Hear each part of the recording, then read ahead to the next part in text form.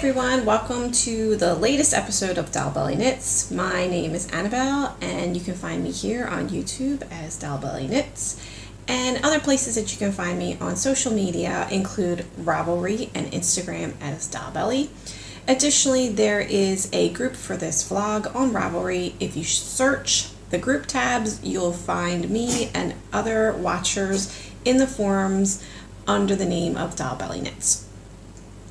If you are a return viewer, thank you very much for coming back. I really appreciate you guys continuing to come back and view me rambling on a weekly basis about using what you have on hand, reusing, recycling to make beautiful objects. If you're a new viewer, I hope that you will see something here that you like and that you will come back. And don't forget to click subscribe and like, so that you can be aware of every time I post a new video. This video, this week anyway, in my PJs, definitely another one of my videos where I'm showing you the reel behind the reel. It feels like a PJ day. Yeah, that's all I can say. So still in my PJs, got some knitting I want to work on and other things that I need to do around the house. So meh, why get dressed? This episode I will talk about works in progress, some finished objects, Christmas knitting, and I do have a magical memory to share, so that's going to be exciting. First up, works in progress is the wedding blanket that I've been working on for a while.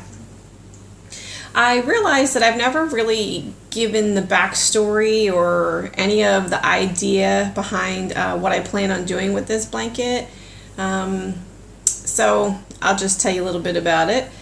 I have been knitting this blanket as a wedding gift for my daughter's teacher. And really nice guy, gotten to know him over the years. And he's been instrumental in getting me into the school so that I can teach the crochet groups to the kids. So what better way to say thank you and provide a nice little gift for a major event in his life than to give a crocheted blanket. But I wasn't sure if I was going to be able to pull this off. I'm still not sure that I'm going to be able to pull it off. But it's looking like I'm going to not be able to finish the blanket before school ends. So, and then he's going to get married during the summer break.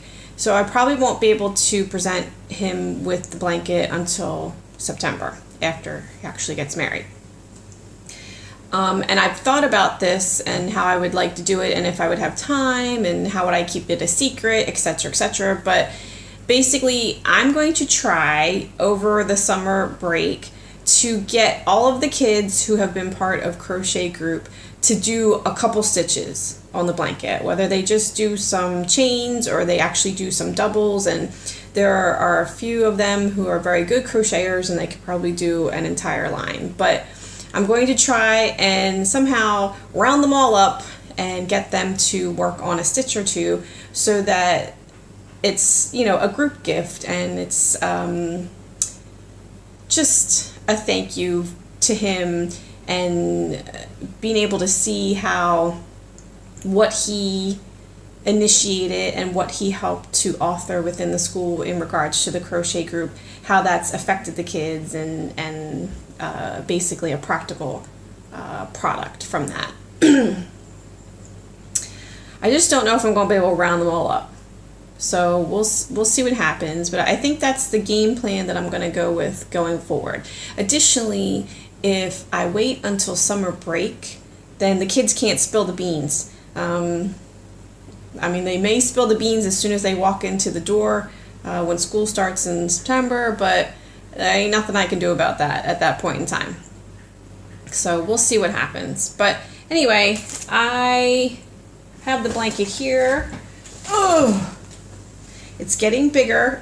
I'm just about at the point where I think I might want to start at least decreasing on the one edge, that the width of the blanket is getting to be about the sides of a queen size bed.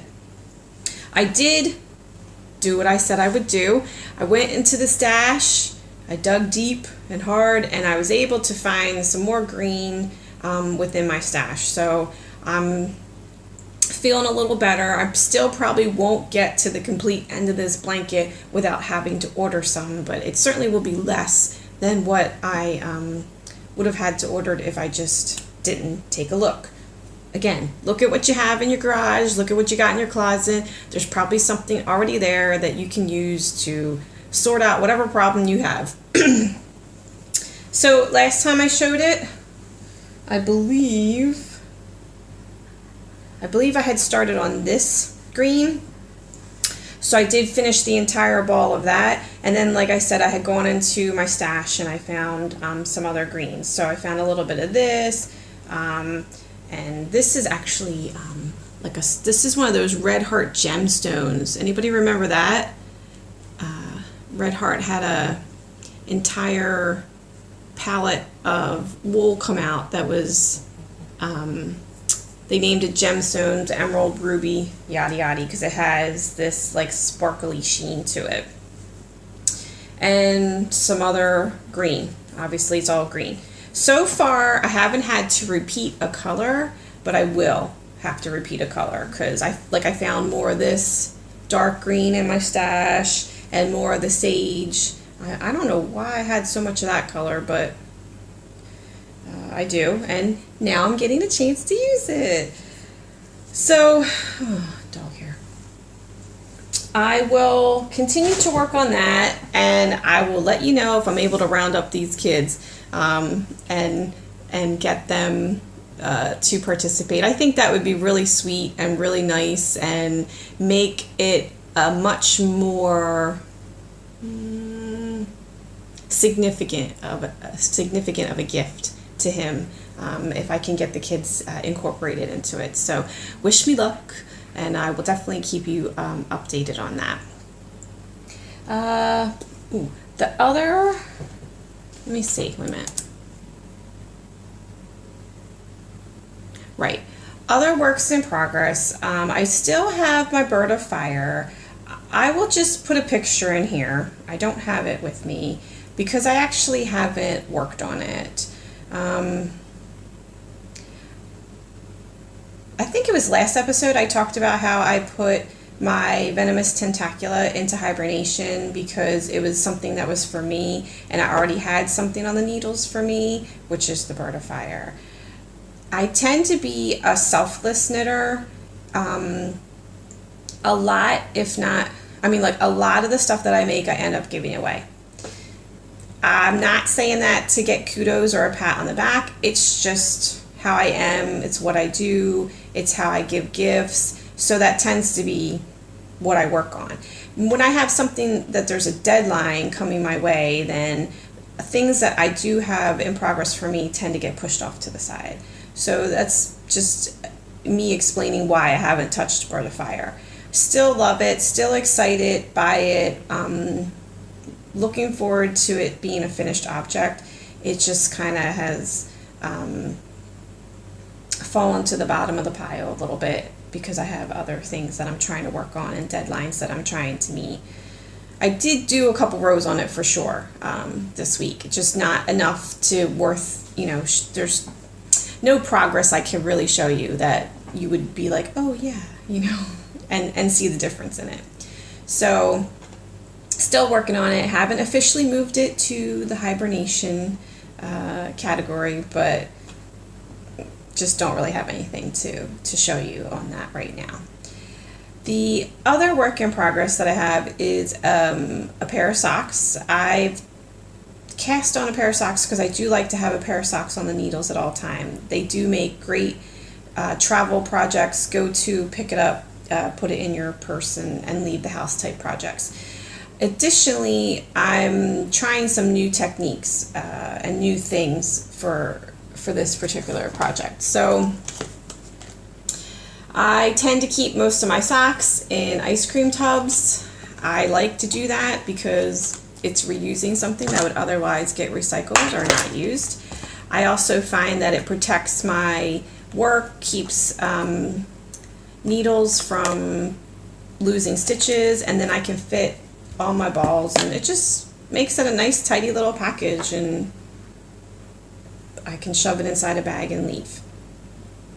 So what I'm working on, the socks that the yarn that I'm using on this set of socks is a Premier brand. It's called Serenity Sock wool. It used to have Deborah Norville's name attached to it. Recently I had purchased some, and it wasn't, her name wasn't on it, her face wasn't on it. So I don't know if maybe that's dropped off, that connection is dropped off, but in any case, this is the same wool that I was using for the Socks of Doom. So when I ordered the replacement wool for that, I grabbed a couple of these. And for some strange reason, I only ordered one of each color, and they're only 50-gram balls. So that's not going to make a set of socks. I don't know what I was thinking. Maybe I was thinking it was a 100-gram ball. I don't know. So I have this one ball of navy. This is supposed to be navy. It don't look blue. It definitely looks gray. So, but I have one of these, and I can't make a whole set of socks out of only 100 grams.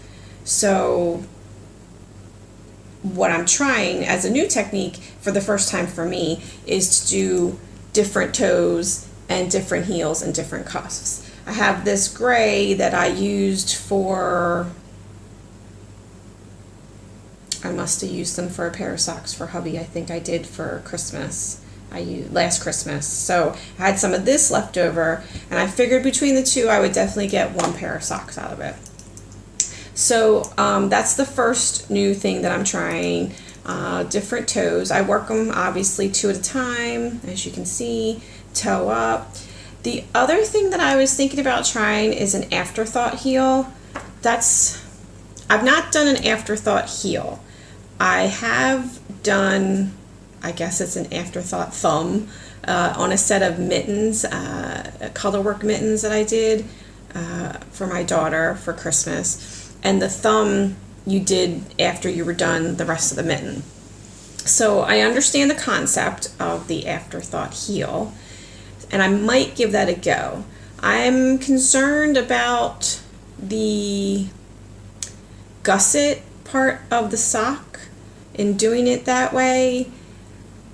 Am I going to be able to do my normal short row wrap and turn heel? Or am I going to have to do a traditional, make a heel flap, turn the heel, have a gusset type situation?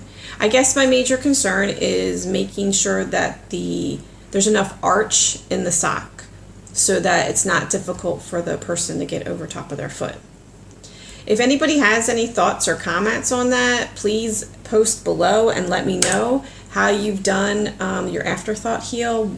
Was it a wrap and turn? I see, what is it called? Fish lips, fish kiss lips, fish something. That seems to be used in conjunction with an afterthought heel. I've not done that.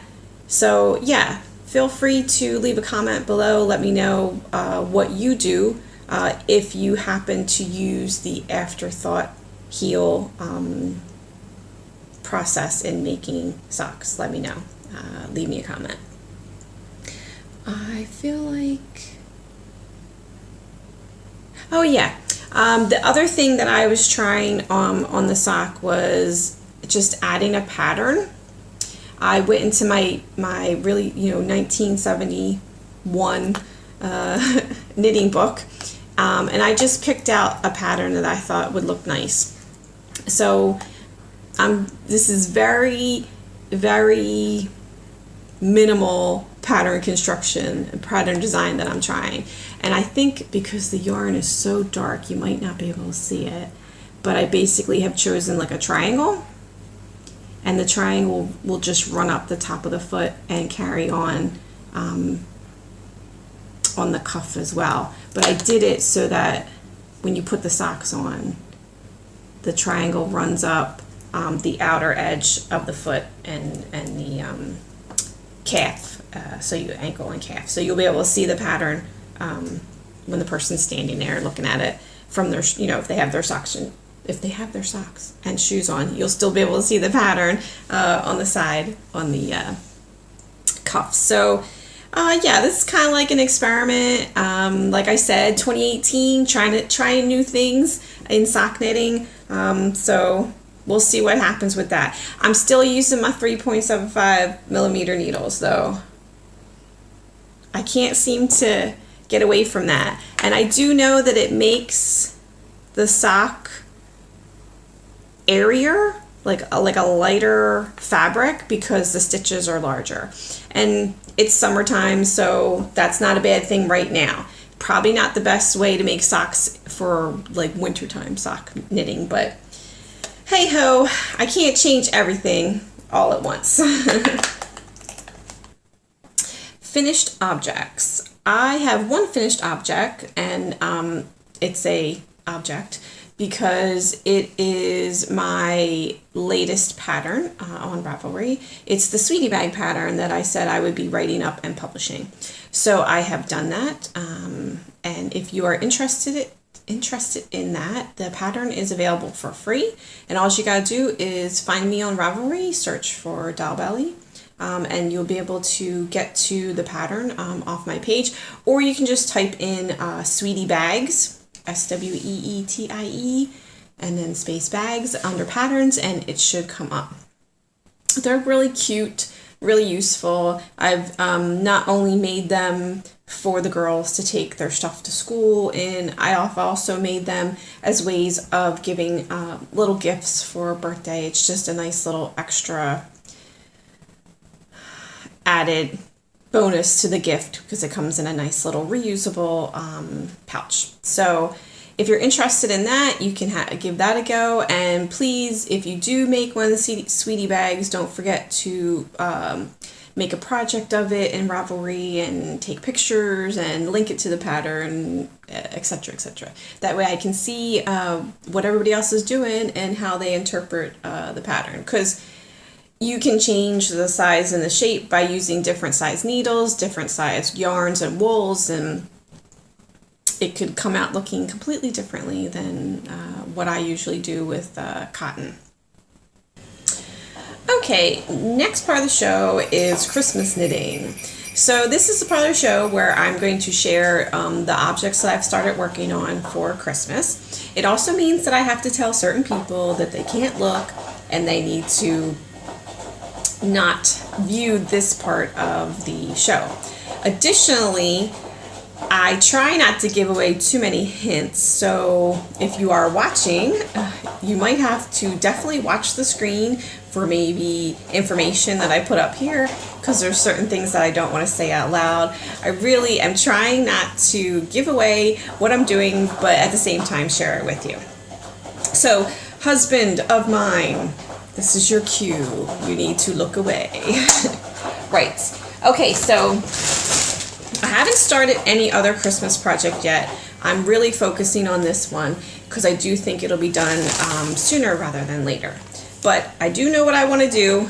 Hopefully I'll get that on the needles and be able to share that with you next time. Right, so this is what I'm working on. Little hubby. Okay. And I am using a merino wool made by Red Heart. It's called Chic Sheep. And it is, sorry about the rustling.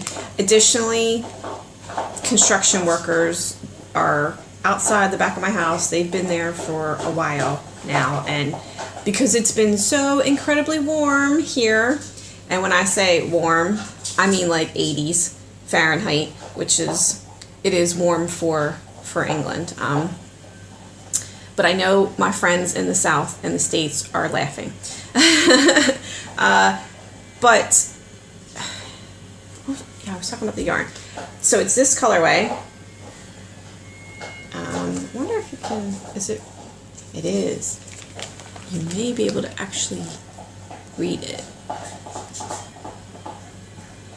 But if you go on my Ravelry page, you can take a look and you'll be able to get all the information about what I'm doing and what I'm using exactly. I am using a 4.5 millimeter needle because I am doing the larger size of the pattern. It does call for a 5 millimeter, but I had a 4.5 at the time, so that's what I'm using. And since I've been working on this, there's a couple things that I've noticed about it. I have to be careful because I'm actually in the middle of a row. But here's the progress keeper from last time. So you can see how much I've done.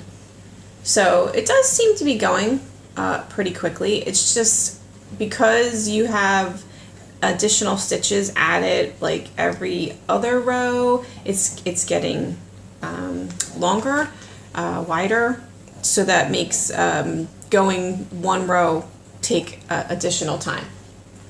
But anyway, what I have noticed about this particular yarn is it's very slippy, and I do kind of wish that I had some carbon needles. I don't have them, and I'm not going to buy them just for this one project. But if you are thinking about using this particular wool, which I would recommend it, I like the way it feels. It's nice and soft. It's got a nice bounce to it and a spring. I like it a lot. I would definitely use it again, and I would recommend it.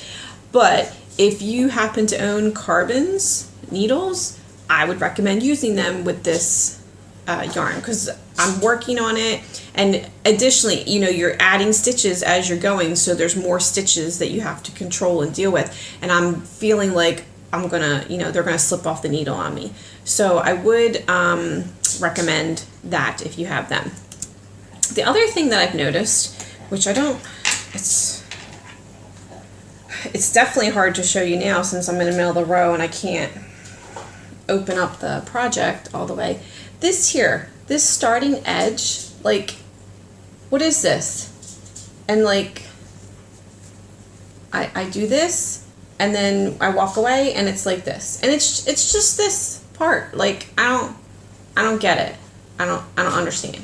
Obviously I'll block it, and hopefully that'll fix it, but I don't get that. So anybody can explain to me why this edge is curling up? Feel free to let me know. It's just, I don't know. It's just irritating me. So that was the other thing that I realized about it.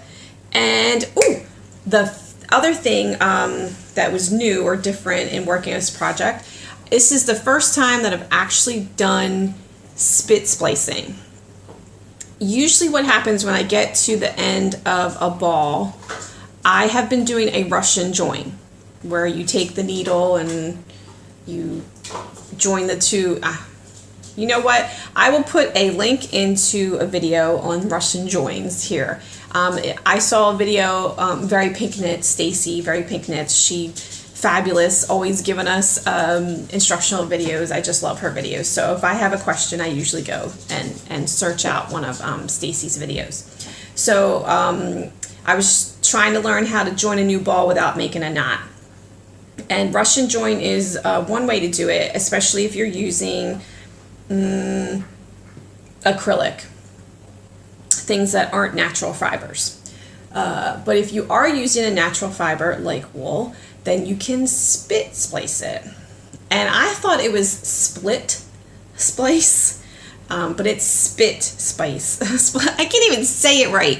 It is, spit is involved. And quote Stacy, if anybody says that you can use water, they're lying. It's spit. So you basically take the ends of your balls and you unravel them, untwist them a little bit, and make them, pull them apart a little bit. And then, oh gosh, no, there's more to it than that. You have to cut a little bit off. Anyway, I will insert a link for that as well. It'll be Stacy's link for Very Pink Knits. Obviously, you can go and search it out and do your own, watch whoever you want to watch, but I do like her videos. I do recommend them. Her camera work is fabulous. You can really see what she's doing.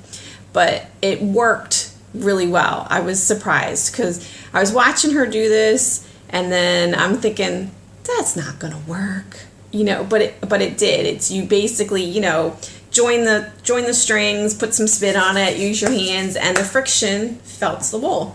And then it's like one ball that was never separated. So that was cool. That was exciting for me. Little gross with the spit, but I can handle a little spit. So that has been some of the lovely and not lovely things about this project that I've been working on. But hopefully it'll be done soon. And again, hopefully I will cast on another Christmas project because I definitely have to keep the train moving if I want to finish all of the things that I have in mind and all of my goals for Christmas knitting. Okay, husband, it's okay. You can look back now. Now we come to the part of the show that I like to call Magical Memories. It is where I cover something that I did recently, either with my family or my friends, that does have a woolly relation to the adventure. This past week, my knitting group and I went on a road trip. We went to another village close by to where we live called Reeth, R-E-E-T-H. And specifically, we went to visit a art studio, I will call it that, called the Threshing Barn. The Threshing Barn is owned by a wonderful woman named Janet, who graciously welcomed us into her studio and told us her background, her story. She is a crafting savant. This woman, everything she touches turns to gold. She just definitely has an eye for the creative and sees things a little bit differently than maybe the rest of us do. And she has a little bit of everything in her studio. She's got spun wool, she's got unspun wool, there's weaving, there's card making, there's photography, there's rug making, just a lot of stuff. And it was very inspiring to visit the studio and see her work, and even more inspiring because of the beautiful countryside in the studio, around the studio. Her studio is on, I would call it an industrial estate. I don't know if that translates here in the UK, but she's not the only artistic creative studio in that complex. There's 10 others maybe, glassmakers, metalworkers, etc., etc., which I was particularly taken by the metalwork by I did look it up, and again, I will include notes in the description box here, also on Ravelry. I always include notes of all the people and the places and things that I talk about. But I'll be inserting pictures in the video of our road trip. And some of the metalwork by Michael Coos, I'm probably not pronouncing it right, but it was very just, you couldn't help but look at it. And the birds in the metalworking were very lifelike, even though they're made out of metal. So it was very inspiring to be in that area and surrounded by all that artisticness and craftiness. But Janet's shop is definitely like a little toyland for crafters, where you just see things and you're like, oh yeah, and you get all these ideas and things, and just really gets you pumped. So while I was there, I did pick up a few items. First thing I picked up was some of these, which I know you can get anywhere, but I picked up a couple packets of these cards. They're blank cards, but they have cutouts so that you can insert something in it. I got one for each of my girls who are very artistic in the drawing sector of crafts. And I thought that would be a nice way for them to give a really special card to somebody for their birthday or whatever, that they could actually draw something and insert it in here. So I picked up some of those for my little chickens. But what I got for myself, sorry about the paper, is this package of, can't show it all, different kinds of wool. And she had like a whole basket of these in different colors.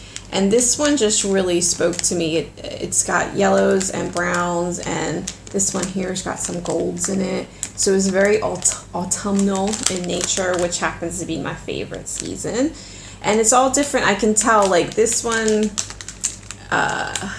here probably has some cotton in it or some linen. It's kind of what it looks like. I haven't opened it yet. I just want to keep it pristine for a little while. This has got little nubbles on it. This is more nubbly, but kind of like closer to a ribbon type fabric. This looks to be just plain wool. And then there's some unspun stuff that I might give spinning a go with that, or I could just felt it up in some shape and add it to whatever I'm working on. But I saw this and I really just thought, freeform shawl, it called to me. I think it whispered Stephen West a little bit, but I really enjoyed that. I really enjoyed meeting Janet. She's very inspirational, and I would highly recommend that you make the time to go there to visit not only her shop, but maybe some of the other shops and the little village of Reeth, R-E-E-T-H. After that stop, we went to another village close by, Leyburn, L-E-Y-B-U-R-N, and we hit up a wool shop there. Of course we did. We had lunch first. And then we went to a wool shop called the Wensleydale Long Sheep Wool Shop. And this shop is of particular interest because it only sells wool made from Wensleydale sheep.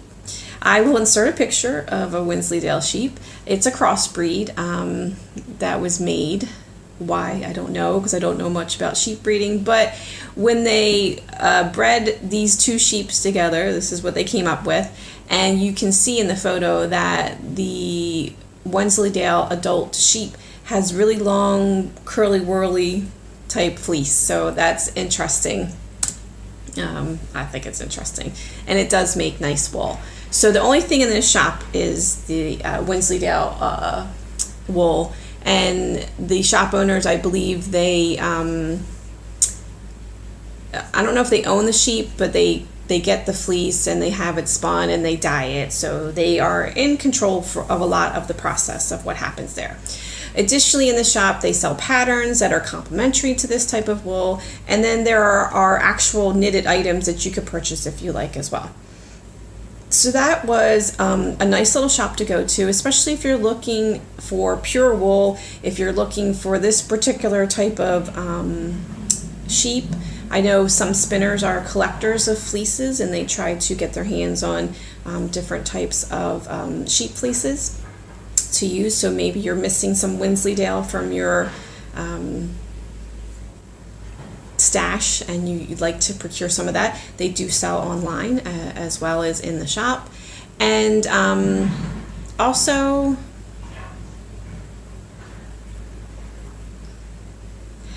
I don't remember what else I was going to say. Went completely blank, which is not good. It's not good for a podcast to be completely blank.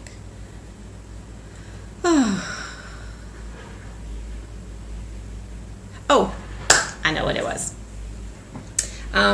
Also, it's a way to be more mindful and ecological of where your wool comes from, how the animals are being treated, taken care of, and the process that gets you from point A of the fleece to point Z of the spun up, ready to knit product.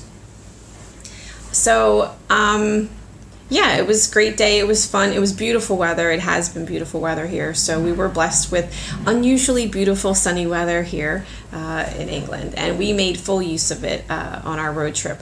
I certainly hope that we can have another road trip soon, and that there will be more woolly adventures to share with my knit group. And I do encourage you to go out and make some of your own magical memories. Grab your friends and just find a local point that's not too far, get in the car and go. Even if you don't buy anything, you'll have the experience of being with your friends, of touching and squishing wool, or whatever your favorite craft and hobby is. You'll be able to immerse yourself in it and maybe just get some ideas and inspiration. It is, for me, and I think the best part of having an adventure is the experience and the memories that are left behind. So that's it for me and this episode of Doll Belly Knits. Don't forget to like and subscribe if you happen to like what you've seen and you want to come back for more and be notified when the next video is up. Additionally, until we see each other again, I hope that you have some happy knitting. I hope that you stay well and healthy, and that you get out there and you make some magical memories of your own. Bye!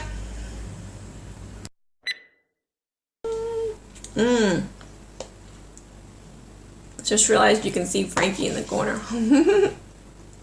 She's waiting. See her eyeing me? She's waiting for the yogurt container.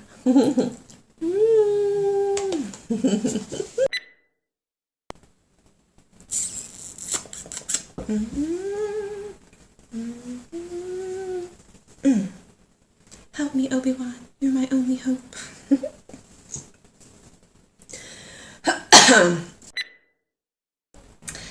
Next part of the show is going to be, it's still, boy, I am not feeling it today. This is really hard.